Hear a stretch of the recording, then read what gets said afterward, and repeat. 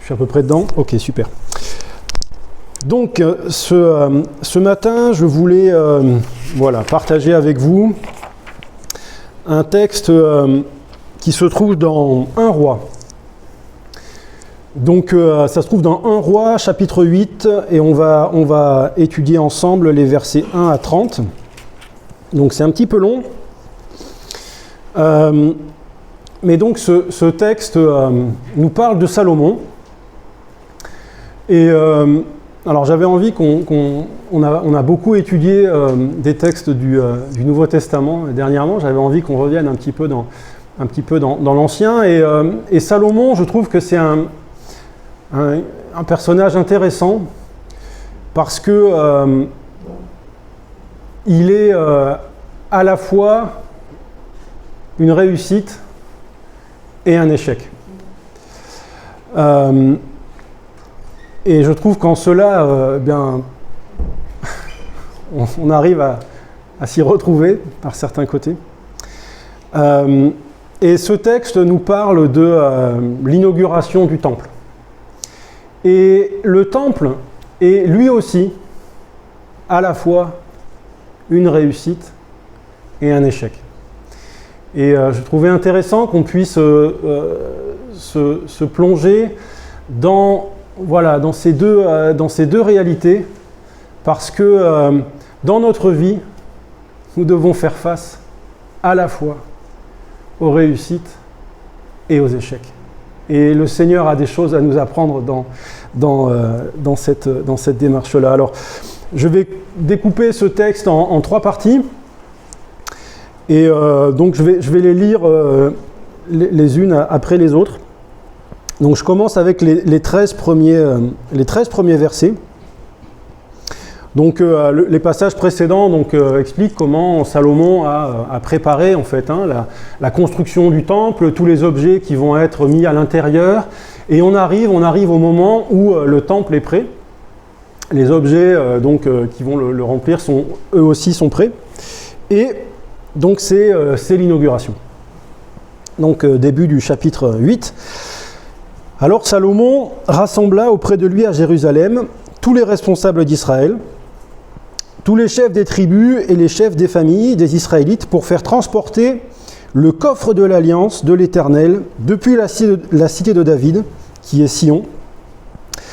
Tous les hommes d'Israël s'assemblèrent auprès du roi Salomon au mois d'Étanim, qui est le 7e mois, pendant la fête des cabanes. Tous les responsables d'Israël vinrent, et les prêtres se chargèrent de porter le coffre sacré. Les prêtres et les Lévites transportèrent le coffre de l'Éternel, ainsi que la tente de la rencontre et tous les ustensiles sacrés qu'elle contenait. Le roi Salomon et toute la communauté d'Israël, rassemblés auprès de lui, devant le coffre, offrirent en sacrifice un très grand nombre de petits et de gros bétail qu'on ne pouvait évaluer. Les prêtres installèrent le coffre de l'Alliance de l'Éternel à la place qui lui était destinée dans la salle du fond du temple, c'est-à-dire dans le lieu très saint, sous les ailes des chérubins. Car les chérubins avaient leurs ailes déployées au-dessus de l'emplacement du coffre, de sorte qu'ils formaient un dais protecteur au-dessus du coffre et de ses barres. On avait donné à ces barres une longueur telle que leur extrémité se voyait depuis le lieu saint qui précédait le sanctuaire intérieur, mais elles ne se voyaient pas de l'extérieur. Elles sont restées là jusqu'à ce jour. Dans le coffre, il y avait seulement les 2 tablettes de pierre que Moïse y avait déposées à Horeb, lorsque l'Éternel conclut une alliance avec les Israélites à leur sortie d'Égypte. Au moment où les prêtres sortirent du lieu saint, la nuée lumineuse remplit le temple de l'Éternel. Les prêtres ne purent pas y rester pour accomplir le service à cause de la nuée, car la gloire de l'Éternel remplissait le temple. Alors Salomon dit, « L'Éternel a déclaré qu'il demeurerait dans un lieu obscur. J'ai enfin bâti pour lui une résidence, pour toi, une résidence, un lieu où tu habiteras éternellement. » Donc voilà, ce premier passage nous montre le moment où la nuée emplit le temple. Et on voit que cette inauguration, elle se fait on va dire en 3 temps. Hein. Donc le premier, c'est le moment où on va chercher le coffre de l'Alliance, et on le fait au moment de la fête des cabanes, donc c'est une fête où tout le peuple se rassemble. Donc le texte insiste sur le fait que tout le peuple, tous les hommes, tous les chefs sont là pour voir passer ce coffre qui était dans une tente, qui était gardé dans un endroit, une tente, c'est on va dire particulièrement, voilà, c'est mobile, c'est pas stable. Et donc ce coffre va se déplacer pour arriver dans un bâtiment en pierre qui, alors Salomon le dit, qui est voué à être là éternellement. Alors on sait que non, au bout du compte, ça n'a pas été éternel, mais en tout cas, voilà, quelque chose de temporaire vers quelque chose de permanent. Et donc, donc le coffre de l'Alliance se déplace. On sait que, et je pense que Salomon le savait aussi, mais on ne déplace pas ce coffre-là n'importe comment. On sait qu'il y a eu des expériences précédentes où ce coffre n'avait pas été transporté par les bonnes personnes, pas de la bonne façon, et ça ne s'est pas bien passé. Et là, donc il le transporte en suivant les prescriptions, et le temple, donc le coffre arrive dans le temple. Donc le texte nous dit qu'il y a beaucoup de sacrifices qui sont faits pour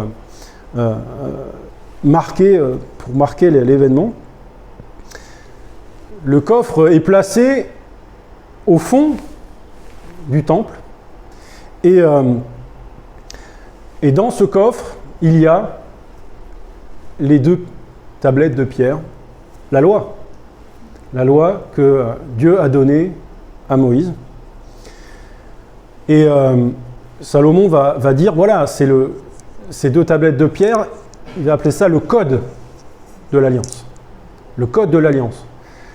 Donc cette alliance qui est fondée sur la loi. D'accord ? C'est bien ça que ça symbolise. Et donc en écoutant donc cette première partie, ce qui nous parle de ce coffre, et c'est un coffre qui n'est pas très grand. Alors, moi évidemment, dans ma tête, moi je vois les aventuriers de l'Arche perdue. Je ne sais pas si ça vous fait ça aussi quand on parle du coffre. Cet objet qui a disparu, on ne sait pas ce qu'il est devenu, mais qui symbolise une alliance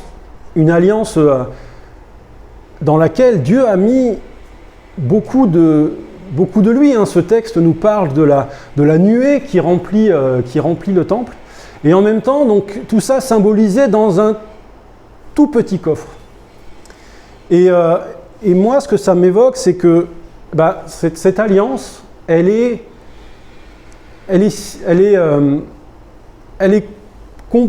contenue en fait dans quelque chose de fermé, vous voyez. C'est quelque chose, elle est circonscrite.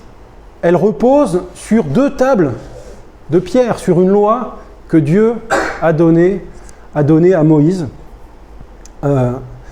basée sur un code.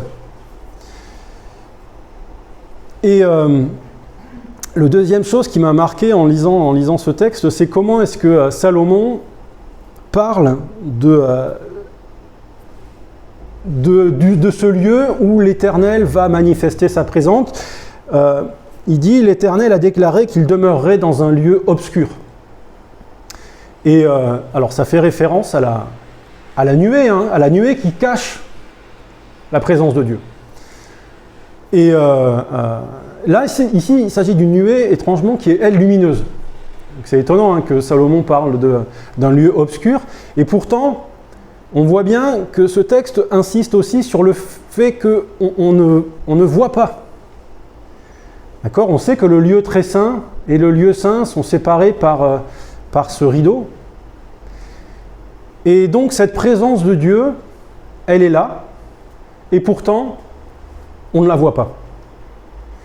D'accord ? Donc la nuée remplit le temple tellement que les prêtres doivent sortir.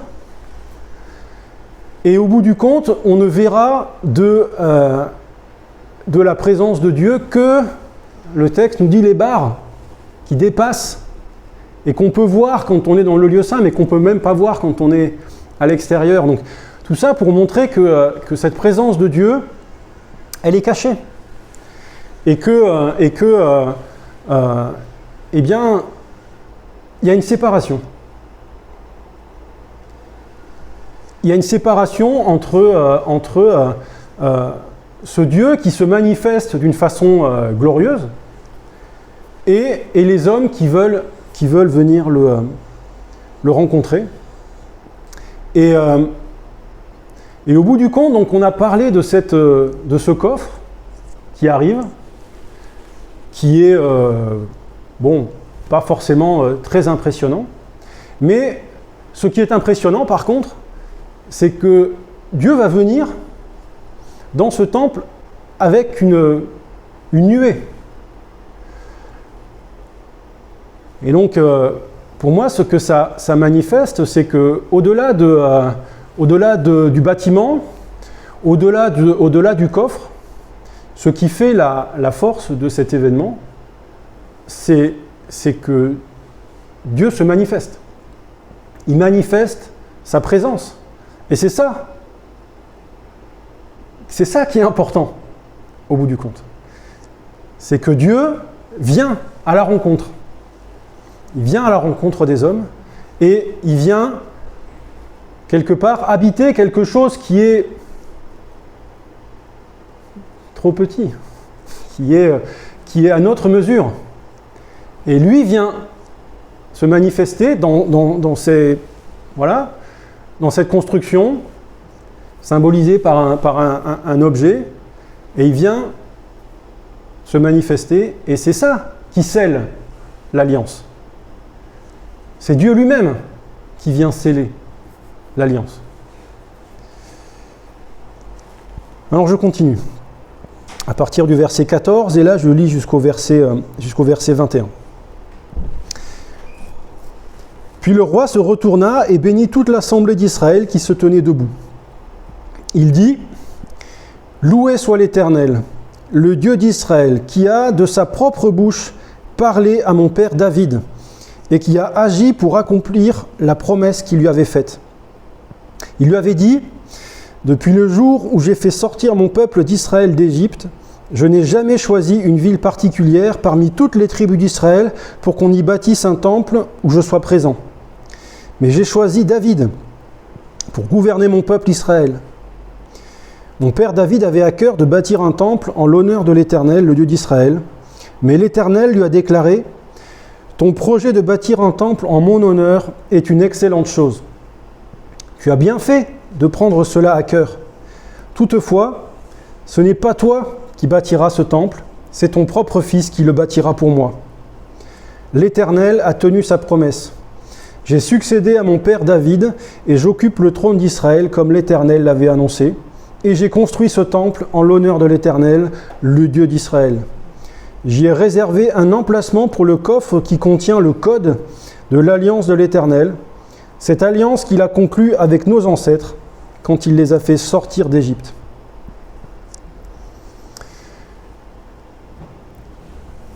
Moi, j'aime bien cette idée du projet de David. J'en parle régulièrement ici. Et là, ce texte est particulièrement explicite à ce niveau-là. David a fait un projet. Il a fait le projet de bâtir un temple. Et Dieu dit, ce projet était bon. Ce projet était bon, c'était une excellente chose. Mais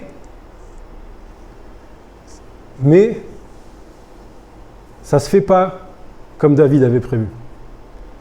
Dieu transforme le projet de David et lui dit non, pas toi, mais ton fils. Et je trouve ça particulièrement marquant, en fait. Ces deux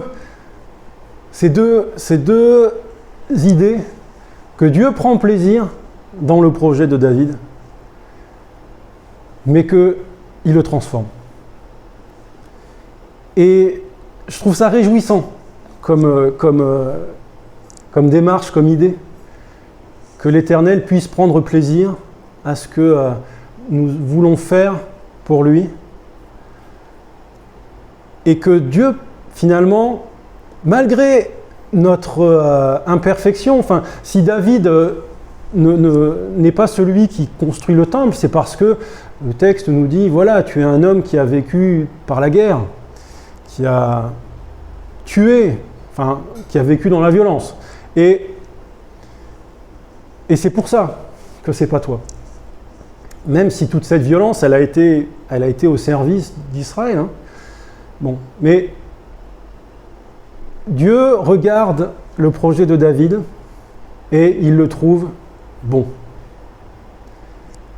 Imparfait, parce que David, clairement, David est loin d'être parfait. Malgré tout, il prend plaisir dans ce projet et il va l'utiliser pour en faire autre chose, avec une autre personne. Et je trouve ça beau. Et ce texte-là met aussi en évidence, et Salomon va le répéter 2 fois, c'est que à travers ce projet imparfait, ce projet transformé, Dieu tient sa promesse. Il tient ses promesses. Salomon le redit. Et on voit que finalement, Dieu va se servir de David, il va se servir de Salomon pour accomplir sa volonté de toujours. Le texte dit, voilà, il a jamais voulu, il a jamais construit un temple ailleurs. Il a attendu que ce soit David, attendu que ce soit Salomon pour construire, pour venir finalement habiter et bénir un édifice construit par un homme. Et on voit que dans cet accomplissement, c'est le salut qui se construit petit à petit. Le salut apporté aux hommes. Parce que ce temple va être un lieu de rencontre. D'accord ? Le tabernacle, c'était le lieu de la rencontre. Et ce temple va être une étape supplémentaire. Donc, dans ce projet que Dieu a d'apporter le salut aux hommes, le temple en fait partie. Et il va se servir du projet d'un homme, du désir d'un homme et de son fils de le servir pour faire un pas de plus. Mais au bout du compte, c'est ses promesses et son plan qui s'accomplissent. On continue à partir du verset 22, et je vais dire donc jusqu'au verset 30. Puis Salomon se plaça devant l'autel de l'Éternel, en faisant face à toute l'assemblée. Il leva les mains vers le ciel et pria. « Éternel, Dieu d'Israël, il n'y a pas de Dieu semblable à toi, ni là-haut dans le ciel, ni ici-bas sur la terre. Tu es fidèle à ton alliance et tu conserves ta bonté à tes serviteurs qui se conduisent selon ta volonté de tout leur cœur. Ainsi tu as tenu la promesse que tu avais faite à ton serviteur David, mon père. Oui, tu as agi pour que soit accompli aujourd'hui ce que tu lui avais déclaré de ta propre bouche. À présent, Éternel, Dieu d'Israël, veuille aussi tenir l'autre promesse que tu lui as faite lorsque tu lui as dit « Il y aura toujours un de tes descendants qui siégera sous mon regard sur le trône d'Israël, à condition qu'il veille sur leur conduite pour vivre selon ma volonté, comme tu as toi-même vécu. Oui, maintenant, Dieu d'Israël, daigne réaliser cette promesse que tu as faite à ton serviteur, mon père David. Mais est-ce qu'en vérité, Dieu habiterait sur la terre alors que le ciel, dans toute son immensité, ne saurait le contenir ? Combien moins ce temple que je viens de te construire.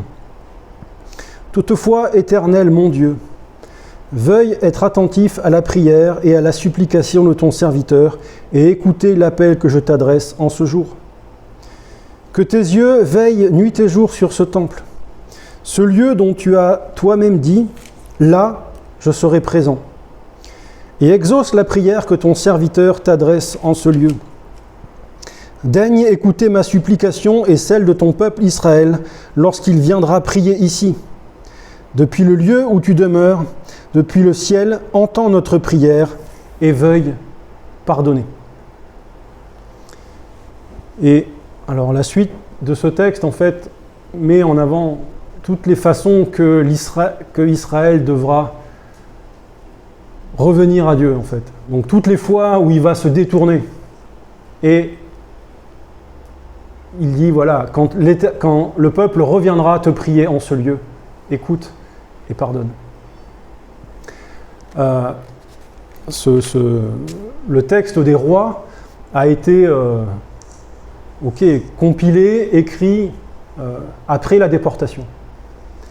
Et on voit qu'il y a des morceaux qui ont été pris tels quels, hein, par exemple quand il est dit le temple est resté ainsi jusqu'à ce jour.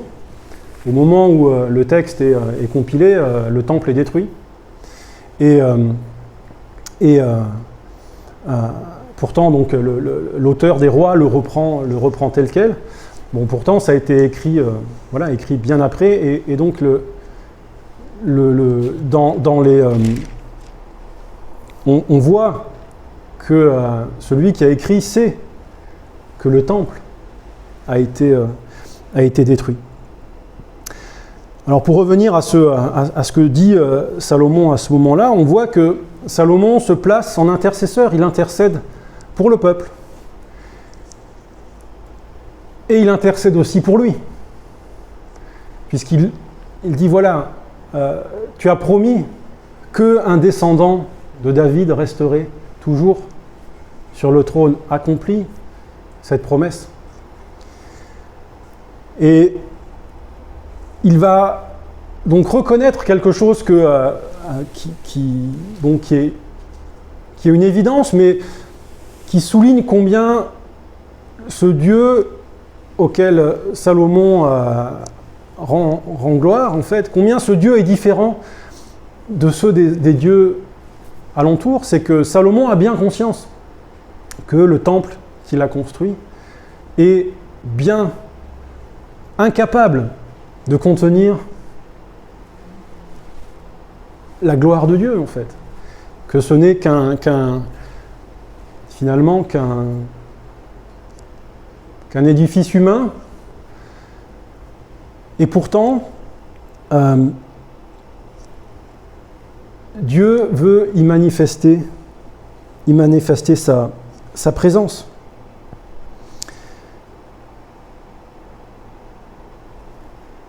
Et donc ce temple a une place quand même particulière comme je l'ai dit, dans l'histoire du salut, parce que ce texte nous dit que Dieu va y être présent d'une façon particulière. Un peu plus loin, au chapitre 9, Dieu répond à la prière de Salomon, et il lui dit « J'ai exaucé ta prière et la supplication que tu m'as adressée. Je fais de cet édifice que tu as construit un lieu saint pour y établir à jamais ma présence. Je veillerai toujours sur lui et j'y aurai mon cœur. » C'est particulier hein, quand même, cette idée que le temple de Dieu est un endroit où Dieu entend. Où Dieu entend la prière. Et aussi un lieu où le peuple peut revenir. Quand tu auras péché, tu pourras venir ici, demander pardon, et tu seras pardonné. Un lieu où revenir.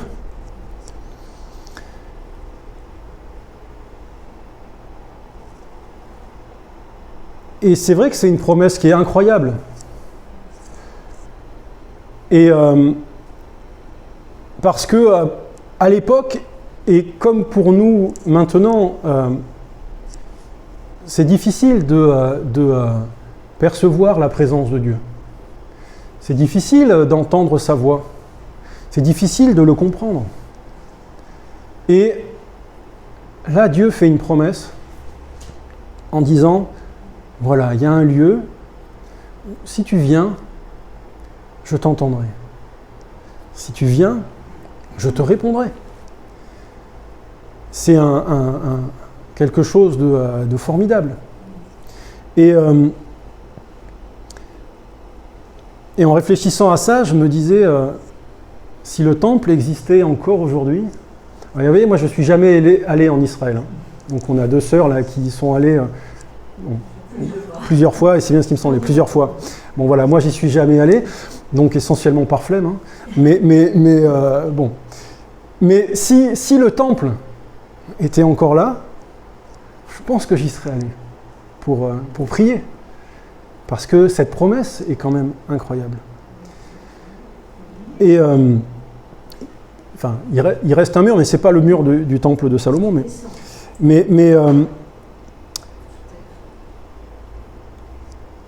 quand même, on voit dans ce texte que la promesse de Dieu associée au temple, elle est conditionnelle. Vous voyez, plusieurs fois, il est dit si tu accomplis ma volonté, si tu suis la voie que je t'ai donnée, si tu obéis au code de l'alliance, à la loi, alors ce temple aura ma promesse s'accomplira dans ce temple. Mais si tu te détournes, alors cette alliance sera non pas rompue, mais le bénéfice que tu tires de cette alliance te sera enlevé. Et on voit que ce temple, en fait, contient en lui-même la promesse de son, je vais le dire comme ça, mais de son échec. Le temple sera détruit si tu te détournes de l'alliance. Dans sa construction même, en fait, dès le début, on sait que ce temple va échouer. Il sera détruit plusieurs fois même. Alors là, le texte ne parle pas des plusieurs fois, mais il sera détruit donc au moment de la chute suite à l'invasion babylonienne. Il sera reconstruit, et puis encore une fois détruit par les Romains. Donc on voit que cette présence de Dieu manifestée dans un bâtiment, en fait, contient la promesse de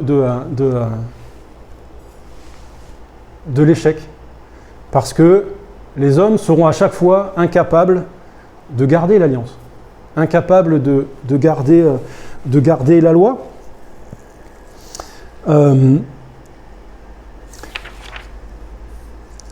Bien sûr, donc ça nous fait penser à celui qui a finalement accompli cette promesse que le temple a été incapable de concrétiser.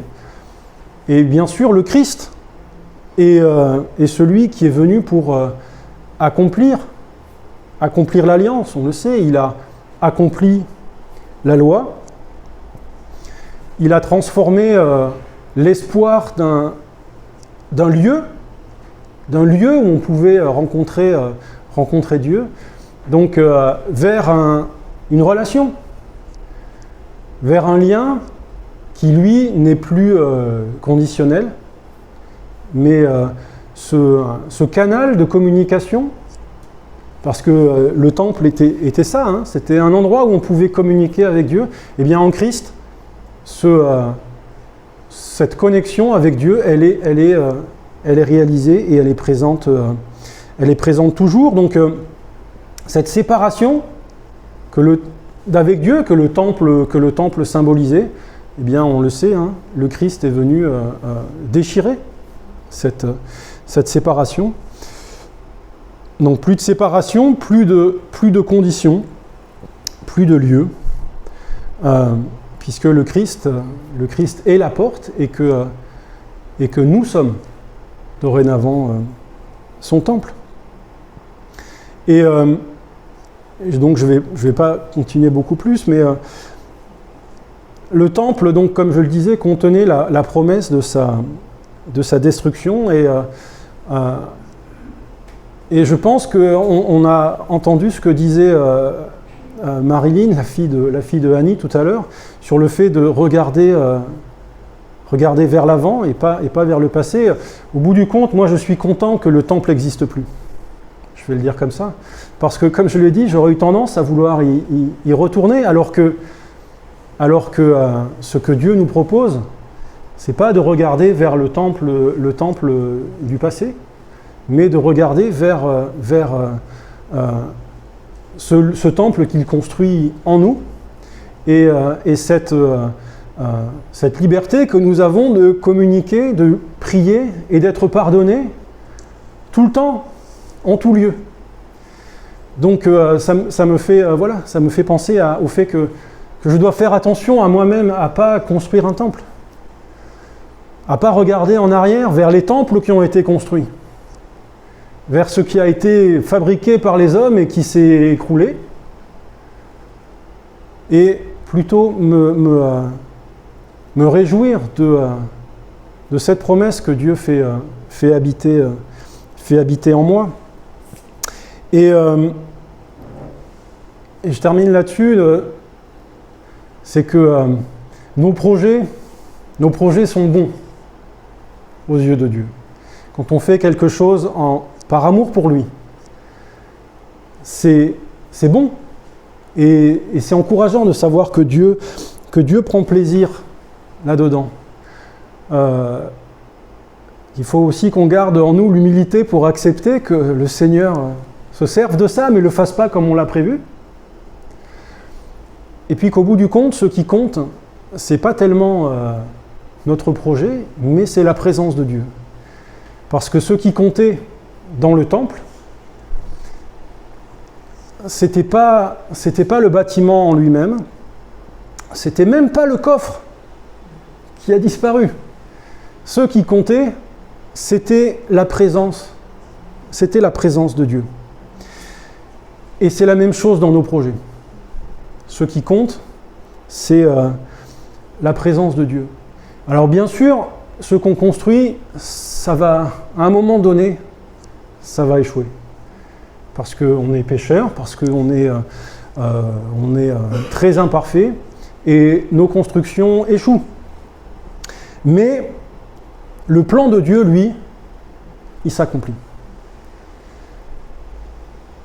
Le temple a été un espoir incroyable pour le peuple. Et quand on le regarde de loin, on peut forcément, nous on voit que, comme je l'ai dit, qu'il a été détruit. Au moment où il était là, il a été une bénédiction pour des millions de gens pendant des centaines d'années. Et pour nos projets, avec Dieu, c'est pareil. À un moment donné, c'est une bénédiction et Dieu s'en sert. Et puis finalement, il faut passer à autre chose et regarder ce que Dieu va construire à nouveau avec peut-être d'autres personnes. Mais au bout du compte, ce qui importe, c'est que le plan de salut de Dieu s'accomplit. Et je pense que c'est ça qu'il faut regarder aussi dans nos vies, parce qu'au bout du compte, voilà, c'est la présence de Dieu en Christ, dans nos vies, qui compte, et c'est ça qui porte du fruit. Et je m'arrête.